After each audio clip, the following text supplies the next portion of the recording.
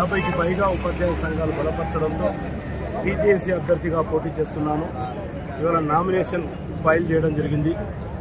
ఈ నియోజకవర్గంలో ఏదైతే ఖమ్మం, వరంగల్, నల్గొండ నియోజకవర్గంలో పనిచేస్తున్నటువంటి ఉపాధ్యాయులు, అధ్యాపకులు, ప్రైవేట్ స్కూల్ ఉపాధ్యాయులు చెప్పుకుంటూ పోతే అందరికీ కూడా ఒక 20 ఏళ్లుగా అనేక సమస్యలు పరిష్కారానికి నోచుకోనివి, పైగా ప్రతి విద్యా సంవత్సరం అనేక సమస్యలు వచ్చి పడుతూ ఉన్నాయి. గత 10 ఏళ్ల కాలంలో పూర్తిగా నిర్వీర్యమైనటువంటి విద్యా వ్యవస్థ ఒకవైపు, ఆ వ్యవస్థను పటిష్టం చేయడానికి పనిచేస్తున్న ఉపాధ్యాయుల సమస్యలు మరొక వైపు. ఇప్పటిదాకా ఇక్కడ 3 సార్లు ఎమ్మెల్సీ ఎన్నికలు జరిగినాయి. 2007లో, 2013లో, 2019లో మళ్ళీ ఇవాళ ఎన్నికలు జరిగిపోతూ ఉన్నాయి. అంటే 18 సంవత్సరాలుగా 3 ఎమ్మెల్సీలు ఇక్కడ పోటీ చేసి గెలిచి మరికొందరు ఓడిపోయినా సంఘాలుగా ఉపాధ్యాయుల సభ్యత్వ సంఖ్యను చూపించి ప్రభుత్వం చేత ఆన్ డ్యూటీ సౌకర్యం తీసుకొని కూడా ఇక్కడ ఉపాధ్యాయుల సమస్యలను పరిష్కరించలేదు. ఇక్కడే కాదు, తెలంగాణ రాష్ట్రం యావత్తు కూడా ఉపాధ్యాయ సమస్యలకు ప్రాతినిధ్యం చేయాల్సినటువంటి సంఘాలు, ఎమ్మెల్సీలు పూర్తిగా అసమర్థంగా వివరించినందువల్ల ఇన్ని సమస్యలు ఈరోజు ఊడిపడ్డవి. 317 జీవో అయితేనేమి, స్పౌస్ బదిలీ అయితేనేమి, మ్యూచువల్గా ఒక అండర్స్టాండింగ్ మీద వచ్చిన వాళ్ళకు కూడా సర్వీస్ లేకపోవడము, ముఖ్యంగా ఉపాధ్యాయులు ఎవరికి కూడా సర్వీస్ రూల్స్ లేకపోవడం వల్ల ఎక్కడ జూనియర్ లెక్చరర్ కానీ, డైట్ లెక్చరర్ కానీ, డిప్యూటీ డిఓ, డిప్యూటీ ఐఓలు కాకుండా ఇవాళ రిటైర్డ్ అవుతా ఉన్నారు. సుదీర్ఘకాలంగా ఉన్నటువంటి ఒక భాషా పండితుల పీఠల సమస్యను మాత్రమే గౌరవ ముఖ్యమంత్రి గారి దృష్టికి తీసుకెళ్లి అత్యంత తక్కువ కాలంలోనే పరిష్కరించడం తప్ప మిగతా ఏ సమస్యలు కూడా పరిష్కారం కాలేదు. ఇవాళ ఎన్నికలప్పుడు మాత్రం వచ్చి ఇవాళ గిరిజన ప్రాంతమైనటువంటి ఆశ్రమ పాఠశాలల్లో, కన్వర్టెడ్ ఆశ్రమ పాఠశాలల్లో అయితే మరీ దయనీయంగా ఉంది.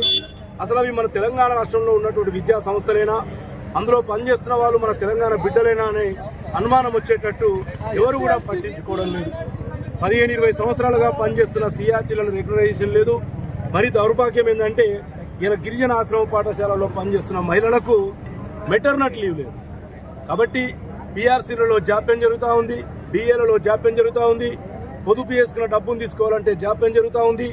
ఆసుపత్రి పాలై చికిత్స చేయించుకొని మళ్ళీ ఆ డబ్బును పొందుదామనుకుంటే కూడా సంవత్సరాలు నిరీక్షించాల్సి వస్తుంది. ఇవన్నిటికీ కారణం గతంలో ఉన్న ప్రభుత్వాన్ని ప్రశ్నించకపోవడం, పైగా ప్రస్తుతించడం, పాలాభిషేకాలు చేసి ఏ నిర్ణయం తీసుకున్నా దానికి చప్పట్లు కొట్టినటువంటి నాయకులే ఈరోజు మళ్ళీ ఎన్నికల్లో పోటీలో ఉన్నారు. నల్గొండ, ఖమ్మం, వరంగల్ ఉపాధ్యాయ అధ్యాపకులారా ఒక్కసారి చూడండి, ఇవాళ పోటీలో ఉన్నటువంటి అభ్యర్థులందరినీ పరిశీలించండి. ఒకరు ప్రస్తుత ఎమ్మెల్సీ 6 ఏళ్ల నుంచి, మరొకరు 6 ఏళ్ల కిందట 6 ఏళ్ళు ఎమ్మెల్సీ, మరొకరు ఎమ్మెల్సీలను నిలబెట్టే ఒక సంఘానికి రాష్ట్ర అధ్యక్షుడు. మరి వీళ్ళే గనుక ఈ 6 ఏళ్ళు, పోయిన 6 ఏళ్ళు మొత్తంగా యూనియన్ కరెక్ట్గా పనిచేసి ఉంటే మన టీచర్లకు ఈ సమస్యలు వచ్చేదా? గురుకులాల్లో చూస్తే 010 లేదు, మోడల్ స్కూళ్ళలో చూస్తే 010 లేదు, కస్తూర్బా ఎస్ఎస్ఏ ఎంప్లాయీస్కు పే స్కేల్స్ లేవు, మినిమంగా వాళ్ళకి హెల్త్ కార్డ్స్ కూడా లేవు. ఇలా గురుకులాల్లో హాస్టల్ వార్డెన్ లేక నైట్ డ్యూటీలు చేస్తూ ఉన్నారు. 010 లేదు, హెల్త్ కార్డ్స్ లేదు. టైం టేబుల్ కూడా వీళ్ళందరూ చూస్తుండగానే 9 నుంచి 8కి కుదించడం జరిగింది.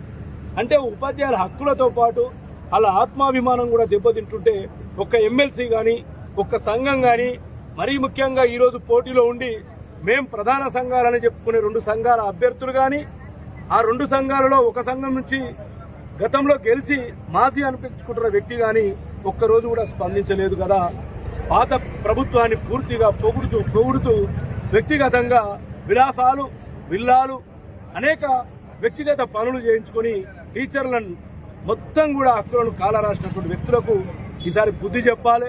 ఒక ఎజెండాతో వస్తున్న సర్వీస్ రూల్స్ ఇంప్లిమెంట్ చేసి దసరా నాటికి టీచర్లందరూ కూడా JL, diet lecturer, deputy DO, deputy IO, MEO పోస్టులు వచ్చేటట్టు 2003 డిఎస్సి వాళ్లకు న్యాయంగా కేంద్ర ప్రభుత్వం ఇచ్చినటువంటి 57/4, 57/5 జీవోలు ఈ ప్రభుత్వం అమలు చేసేటట్టు, అదే కాకుండా మొత్తంగా సిపిఎస్ను రద్దు చేసేటట్టు, గురుకులాల్లో, మోడల్ స్కూళ్లలో 010తో పాటు హెల్త్ కార్డ్స్, ఇవాళ మోడల్ స్కూళ్లలో 2వ బ్యాచ్ అయినటువంటి 2014 బ్యాచ్కు నోషనల్ ఇంక్రిమెంట్లు ఇప్పించేటట్టు, ఎస్ఎస్ఏ ఉద్యోగులందరికీ కస్తూర్బా గాంధీ వాళ్ళు కావచ్చు, మిగతా సిఆర్పి లాంటి వాళ్ళు కావచ్చు, వాళ్ళకు టైం స్కేల్ ఇప్పిస్తూ వాళ్ళకు ఆరోగ్య కార్డులతో పాటు ఇతర ఉద్యోగుల వలె సిఎల్సి ఇప్పిస్తూ కస్తూర్బా గాంధీ స్కూళ్లలో కేర్ టేకర్ నియమించడం, అదేవిధంగా గతంలో కాంగ్రెస్ పార్టీ ఉన్నప్పుడు నెలవారీ పదోన్నతులు ఉండే 32 జీవో ప్రకారం ఇవాళ జీవోను మళ్లీ పునరుద్ధరింపజేస్తాము. అదేవిధంగా ప్రతి సంవత్సరం నిరుద్యోగుల జాబ్ క్యాలెండర్ ఎట్లయితుందో మనకు కూడా ఒక ట్రాన్స్ఫర్ క్యాలెండర్ ఉండాలని మేము ఎజెండాగా పెట్టుకున్నాం. వీటన్నింటితో పాటు చెప్పుకుంటూ పోతే ఎయిడెడ్ స్కూల్స్ వాళ్ళు ఉన్నారు, మోడల్ స్కూళ్లలో out sourcing, hourly based batch, వీళ్ళందరినీ కూడా గెస్ట్ ఫ్యాకల్టీలుగా, జూనియర్ కాలేజీ డిగ్రీ కాలేజీల్లో గెస్ట్ లెక్చరర్స్ ఉన్నారు. వాళ్ళకు కూడా ఉద్యోగ భద్రత వచ్చే విధంగా వాళ్ళను కూడా కాంట్రాక్ట్ పద్ధతిలోకి తీసుకురావడం. అనేక సమస్యలు ఉన్నాయి. వాటన్నిటిని కూడా క్షుణ్ణంగా పరిశీలించి క్రమ పద్ధతిలో ఒక ప్రణాళికయుక్తంగా అధికారుల చేత సాధ్యమయ్యేవి అధికారుల చేత, ప్రభుత్వం చేత సాధింపబడేవి ప్రభుత్వం చేత, శాసన మండలిలో అవసరమైతే తీర్మానాలు ప్రవేశపెట్టి శాసన మండలి నుంచి ప్రభుత్వానికి ఆదేశాలు ఇప్పించి పరిష్కరించే దశగా గతంలో మీకు తెలుసు 13 నెలల్లోనే భాషా పండితుల అప్గ్రేడేషన్ ఒకటి, టెట్ లేకుండా పదోన్నతులు ఇప్పించడం ఒకటి, ఆగిపోయినటువంటి జోన్ 2 GHMల ప్రమోషన్లు 736 మందికి ఇప్పించడం ఒకటి, నెల 1వ తారీఖునే వేతనాలు వచ్చే విధంగా కృషి చేసినటువంటి గాలిరెడ్డి హర్షవర్ధన్ రెడ్డిగా ఖమ్మం, నల్గొండ, వరంగల్ ఉపాధ్యాయ అధ్యాపకులను వేడుకుంటున్నా. ఒక్కసారి నాకు అవకాశం ఇవ్వండి. అసమర్థులైన వారికి మళ్లీ అవకాశం ఇచ్చి మీ హక్కులు పూర్తిగా నిర్వీర్యం చేసుకోవద్దు. విజ్ఞతతో మీ ఓటు మీకోసం మాత్రమే వినియోగించే నాలాంటి వ్యక్తికి అవకాశం ఇవ్వాల్సిందిగా చేతులెత్తి వినమ్రంగా ఈ జిల్లాల నియోజకవర్గ ఉపాధ్యాయులను అధ్యాపకులను వేడుకుంటున్నాను. Thank you.